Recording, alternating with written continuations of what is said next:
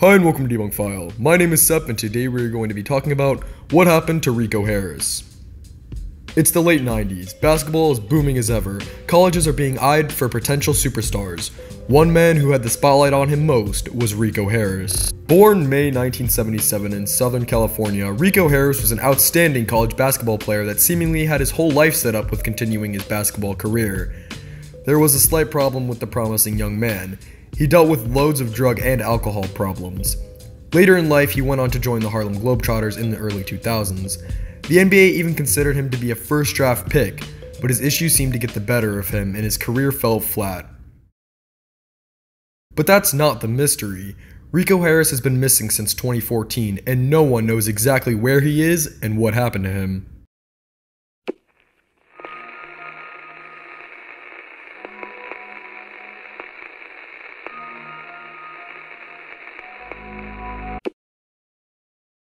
When stepping into this mystery, it is very similar to the M Cave story, which you should check out our video on if you're interested in this kind of mystery. The lead up to the incident is a pretty mundane one as well, which digs the hole even deeper for anyone trying to figure this out. In 2014, Harris was in a long-distance relationship and was offered a job in Seattle as a property appraiser.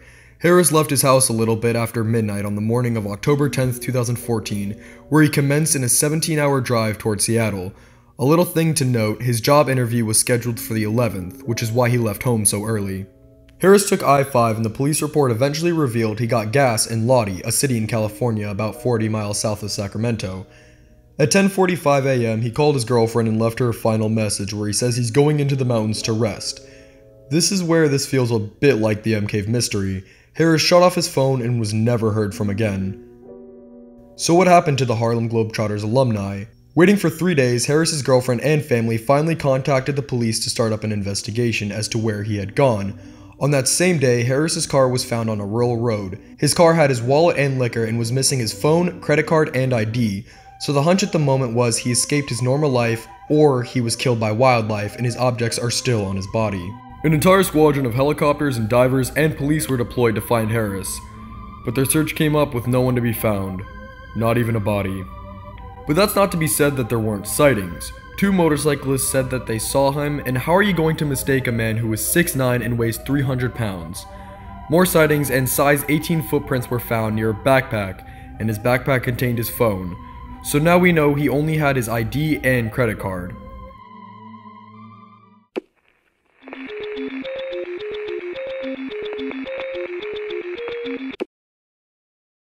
Our theory is that is almost like M Cave. He wanted to escape his life and successfully ran away into the forest to start a whole new life. Pictures were found on his phone and he seemed genuinely happy, almost like a free man. There is another theory. Since he played basketball internationally, maybe he left his American life behind to start a new one in Europe, or wherever he needed to go. Maybe there were other people involved, like a secret lover or something, but I think he just wanted to get away. The weakest of the theories is his death. I really don't think he is dead or even committed suicide. It's possible, but I think it is a very unlikely argument for his disappearance.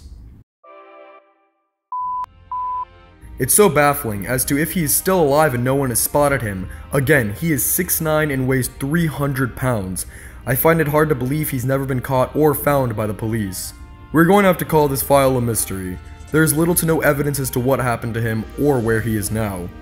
If you guys have any theories as to what happened to Mr. Harris, please make sure to comment and like this video. Thank you guys so much for watching. As always, my name is Sep from Debunk File. See you guys next time. Bye.